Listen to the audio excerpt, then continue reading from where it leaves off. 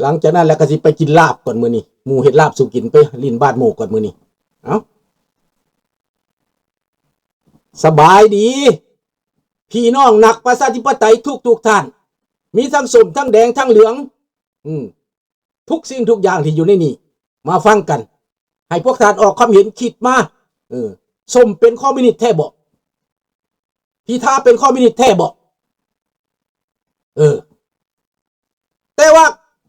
ข้าพเจ้าก็อยากถามแล้วพิธาไปเคลื่อนไหวอยู่ปักกิ่งบ่ไปหาสีจิ้นผิงบ่ไปปรึกษาสีจิ้นผิงบ่มีบ่หลักฐานคันบ่มีนี่แปลว่าบ่แม่นเนาะคันสั้นพวกไปนี่สิบ่แม่นเบิดซะบ่ซั่นได้เขาต้องคิดจังซั่นได้บ่แม่นว่าแม่นแต่ไปก็ยังบ่แม่นถ้าบ่แม่นแนวทางมันบ่แม่นบางเทื่อไปเรื่องการทูตบางเรื่องไปเรื่องการค้าคือข้าพเจ้าเว้ามื้อวานนี่แหละบางพาดไปเรื่องธุรกิจอเมริกาโดนัลด์ทรัมป์ไปจีนสิบ่เป็นคอมมิวนิสต์บ่ไงมันต้องเข้าใจได้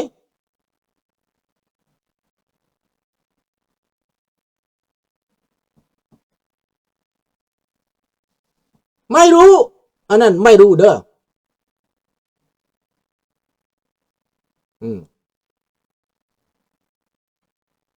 ลุงแบนไว้เด้อถ้าเว้าถึงอันลุงได้บอกได้แล้วอะ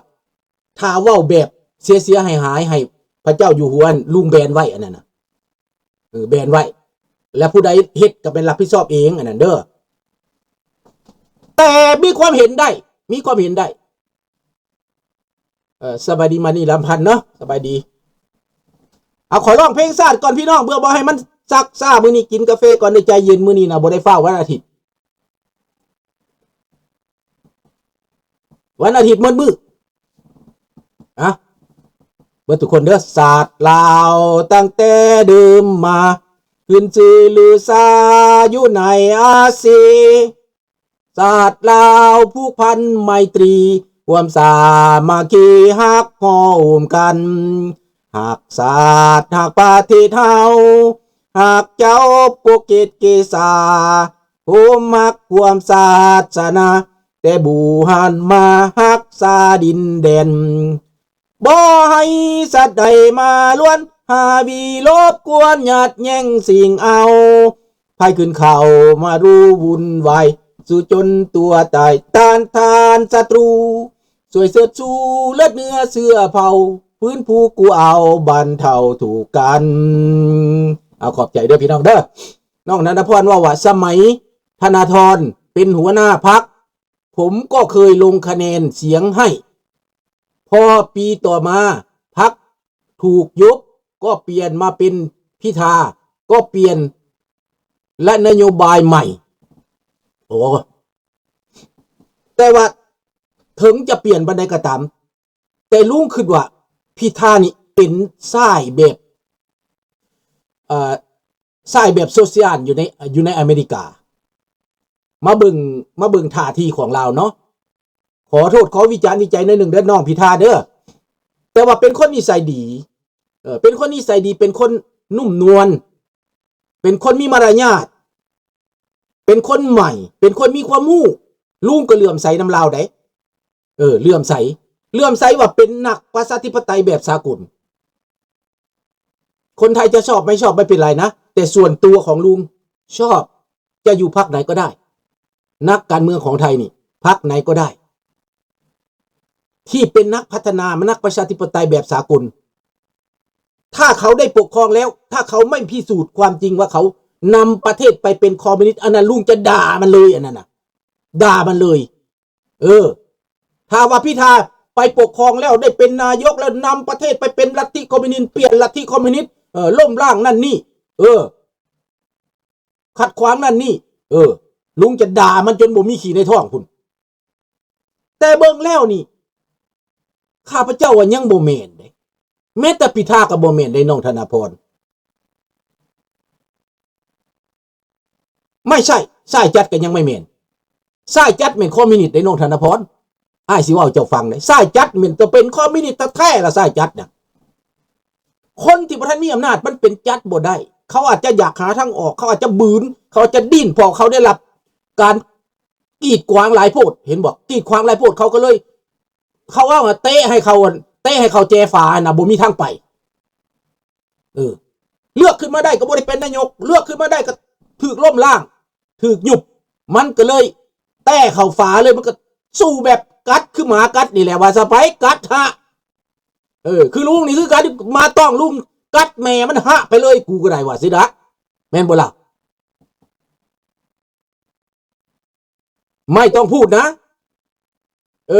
ถ้าลุงพูดว่าเพิ่นไปเมืองจีนนั่นน่ะลุงเว้าตามเพิ่นไปนั่นน่ะลุงบ่ได้ไปว่าวิจารณ์ว่าบ่ดีหรือดีเด้บ่แม่นได้อย่าไปเอาได้อย่าไปเว้าได้พวกเจ้าไปว่าบ่ดีบ่ได้ได้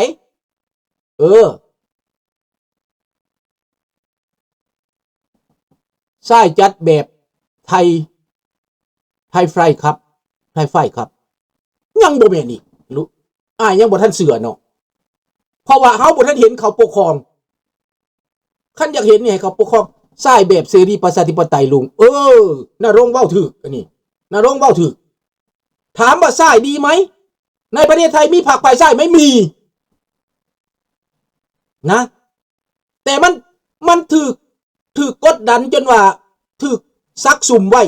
ล้อมไว้จนไปบ่ได้แล้วมันก็ไปผิดไปถูกเฮาไม่รู้นั่นน่ะเนาะขอวิจัยแต่ว่าลุงมาตอบมื้อนี้ตอบว่าคนมาเขียนอยู่ทางหลังบ้านลุงเนี่ยว่าพิธาคอมมิวนิสต์สมด้อมคอมมิวนิสต์อยู่หั่นน่ะถล่ม24ชั่วโมงให้ลุงนี่นะให้ลุงเสือนี่นะ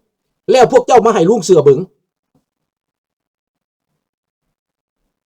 คันเว้าขึ้นนรงค์นี่เสือเด้อนี่เด้อเสือเด้อว่าสายแบบอังกฤษสายแบบอเมริกานี่นะเสือนี่นะถามว่าสายแบบนี้เป็นอันตรายต่อเราไหมไม่เป็นอันตรายต่อประชาชนไหมไม่ดีบ่ดีประชาชนได้ประโยชน์ซ้ำอันนี้นะ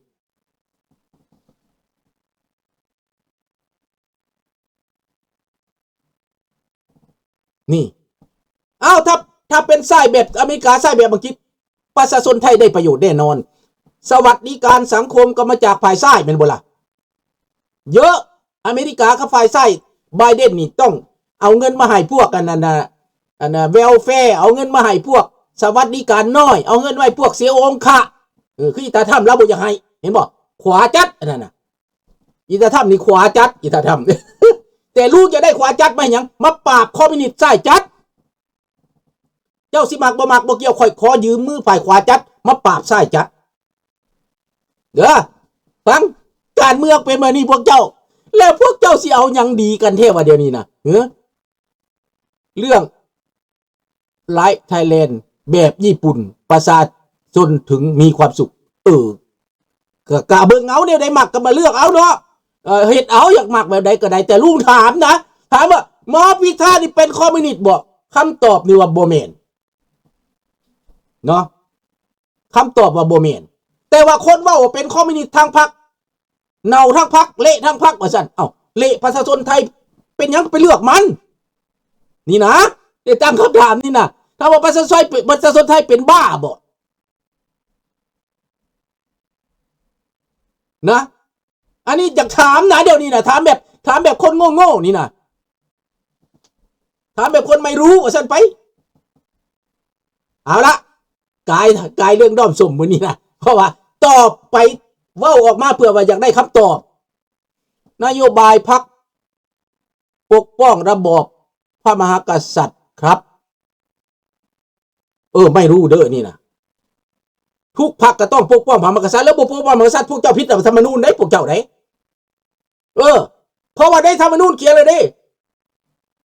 ระบอบการปกครองที่เป็นประชาธิปไตยอันมีพระมหากษัตริย์ทรงเป็นประมุขเจ้าสิไปแตะได้บ่ตัวนี้นะเจ้าแตะบ่ได้ได้เจ้าสิไปเฮ็ดหยังเจ้าต้องถูกยุดรง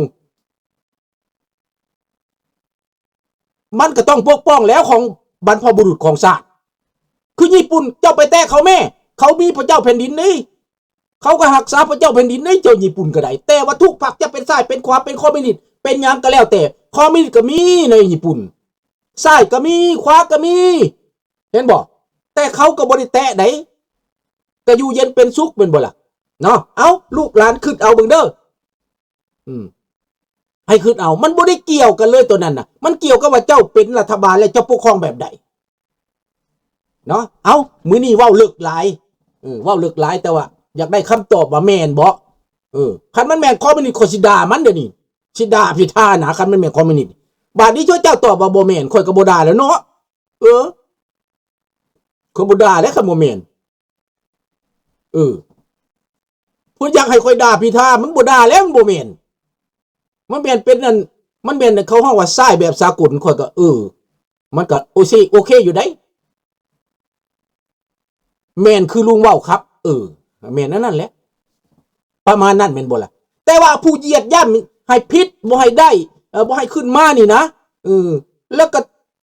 จี้ใส่ให้เป็นคอมมิวนิสต์ต้องเอาไปประหารชีวิตบ่บาดนี้คันสิไปประหารชีวิตพวกด้อมส้มว่าซั่นไปบาดนี้พัดผู้ไปหาเมืองจีนได้ซั่นสิแปลว่าแนวใดซั่นรัฐบาลใหม่นี่ก็ไปเมืองจีน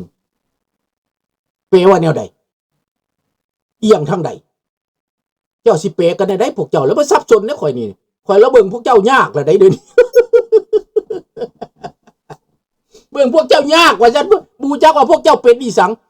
สิว่านกพันบ่มีหูสิว่าหนูพันบ่มีปีกสิว่าแห้งพันแม่นกาสิแม่นกาพันแม่นอีแรงนี่ข่อยบ่จักแล้วข่อยงงพวกเจ้าเอ้าหยุดข้อนี้เนาะมื้อนี้เป็นข้อที่ว่าข่อยอยากสนทนากับพวกเจ้าที่ว่ามีทั้งลาวทั้งไทยอยู่นี่นะแต่ห้ามแตะต้องพระมหากษัตริย์เด้อพวกเจ้าเด้อห้ามแตะต้อง112เด้อพวกเจ้าเด้อเด็ดขาดเด็ดขาดผู้ใดเฮ็ดรับรองเอาเองผิดเองข้าพเจ้าบ่เอานำเด้ข้าพเจ้านับถือพระมหากษัตริย์เด้เพราะข้าพเจ้ารอยัลลิสต์เลยพี่น้องประกาศให้พวกเจ้าฮู้เด้อข้าพเจ้ารอยัลลิสต์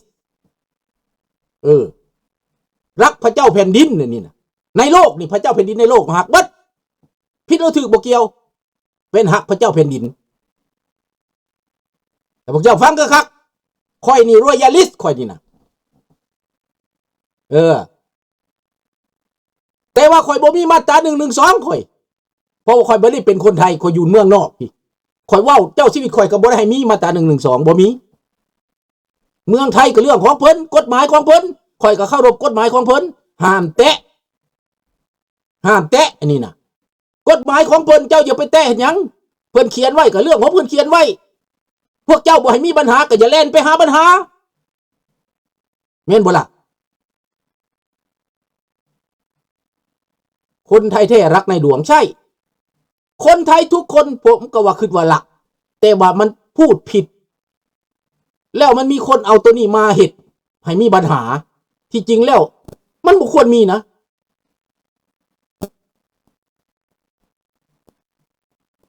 พรรคส้มศาลตัดสินมาแล้วคำว่าเซาะก่อนบ่อนทำลายจึงเป็นที่มาของพรรคส้มโอ้ไม่รู้อันนี้ก็ลุงก็ไม่รู้ลุงไม่รู้เนาะว่าเขาได้รับความเป็นธรรมไหมเขาไม่ได้รับความเป็นธรรมไหมลุงไม่รู้นะไทยเดินไปไม่ได้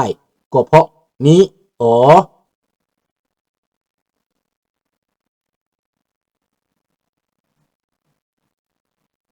แล้วมันไปเป็นอะไรอยู่นั่นน่ะ